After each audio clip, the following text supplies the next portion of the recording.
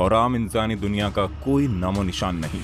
लेकिन फिर भी वहाँ हरे खाकी वर्दी, सफेद जैकेट्स और माथे पर तिरंगे के निशान वाली टोपी पहने हुए भारतीय सेना के जवान 24 घंटे इतनी सर्दी और बर्फ में देश की सेवा के लिए खुद को लगाए रहते हैं।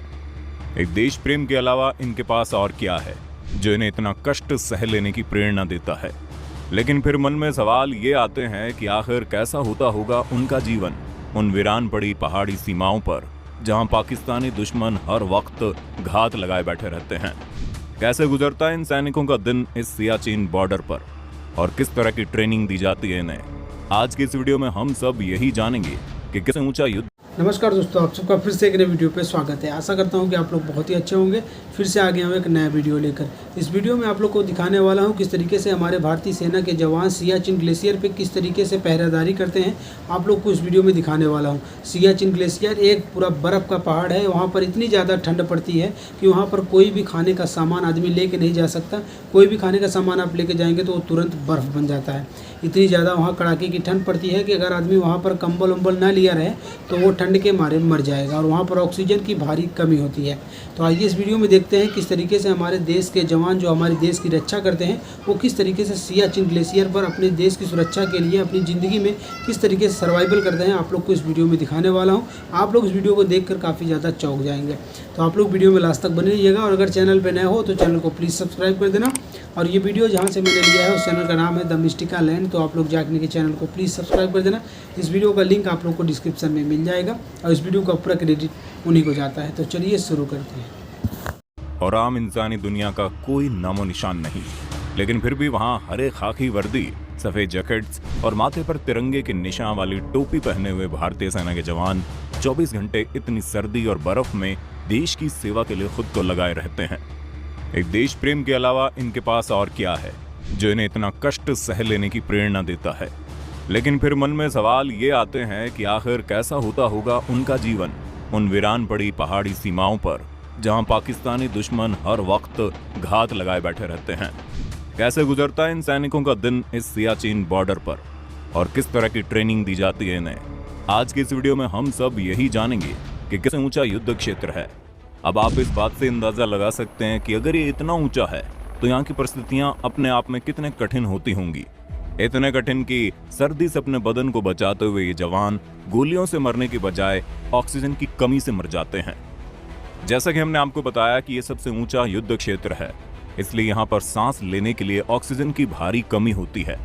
यहाँ जो जवान घूमते हैं वो खुद को हर वक्त इतना चौकन्ना किए रहते हैं कि कभी भी दुश्मन के खिलाफ हमला बोलते हुए वो बर्फ, सर्दी या ऑक्सीजन की कमी जैसी समस्याओं से डरे ना।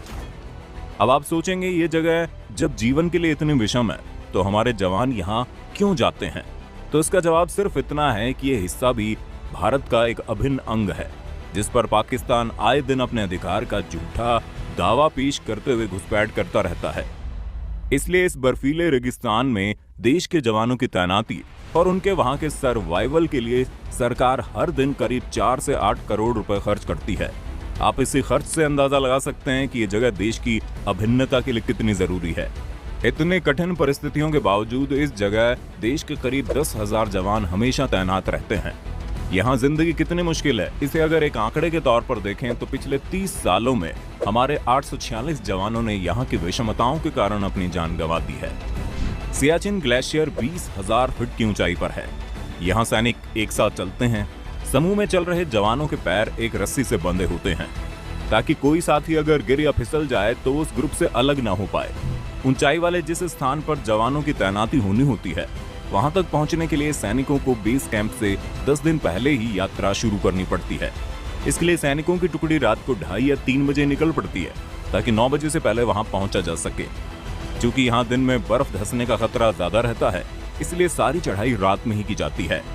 हर फौजी के साथ 20 से 30 किलो का बैग होता है, जिसमें बर्फ काटने वाली कुल्हाड़ी, उसके हथियार और रोजमर्रा के कुछ सामान होते हैं।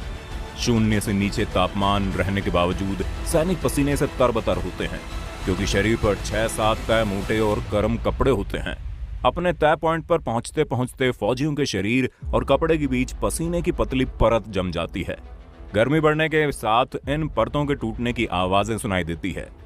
अपनी जान पर जोखिम लिए ये किसी तरह अपनी पोस्ट पर तो पहुंच जाते हैं, लेकिन वहां की परिस्थितियां किसी राक्षस की तरह ही इनका स्वागत करती है। खैर, नहाना तो वहां एक खूबसूरत सपने के अतिरिक्त और कुछ भी नहीं होता, इसलिए बात खाने की करते हैं। खाने में लिक्विड ज्यादा उपयोग होता है। खाने के सामान टीन के कैन में सप्लाई होते हैं। सूप पीना हो तो पहले इसे पिघलाना पड़ता है।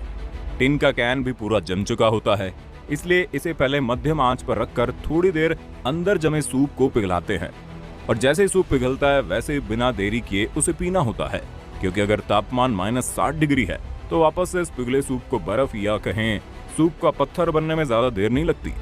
क्योंकि पीने के लिए सिर्फ लिक्विड ज्यादा इस्तेमाल में आता है, इसलिए दूध इन जवानों के लिए अमृत से कम नहीं होता। लेकिन इस अमृत को पाने के लिए इन्हें भी देवताओं की तरह ही अमृत मंथन करना पड़ता है। आलू टमाटर देखो और टमाटर ये लेकिन खा नहीं सकता है, ये ऐसे होना पड़ता है। इस निर्जन बर्फीली दुनिया में खाने के लिए जो चीज सबसे आसानी से इस्तेमाल में लाई जाती है वो है ड्राई फ्रूट्स और चॉकलेट। बर्फों को काट कर पिघलाना पड़ता है। ये बर्फ पिघलाने के लिए उन्हें पहले कोई ऐसी जगह का चुनाव करना पड़ता है जहां बर्फ काफी साफ नजर आ रही हो। भूख की कमी बड़ी समस्या है, लेकिन जिंदा रहने के लिए कुछ न कुछ खाना पड़ता है। इसमें गर्म और ठंडे की दिक्कत ज्यादा है। गर्म किए खाने और लिक्विड को ठंडा होने से पहले लेना पड़ता है, जिसका असर सैनिकों के डाइजेस्टिव सिस्टम पर साफ देखने को मिलता है। यही कारण है कि किसी सेहतमंद जवान को भी टॉयलेट में करीब 2 से 3 घंटे का वक्त लग जाता है। नहाने के लिए भी जो पानी इस्तेमाल में लाया जाता है उसके साथ भी काफी मेहनत करनी पड़ती है। उस पानी को लगातार गर्म रखने के लिए स्टोव पर रखा जाता है। इन स्टोवों के लिए जरूरी केरोसिन ही इन लोगों के बीच आग जलाने के लिए वरदान की तरह इस्तेमाल में आता है। और शायद केरोसिन को अगर यहाँ की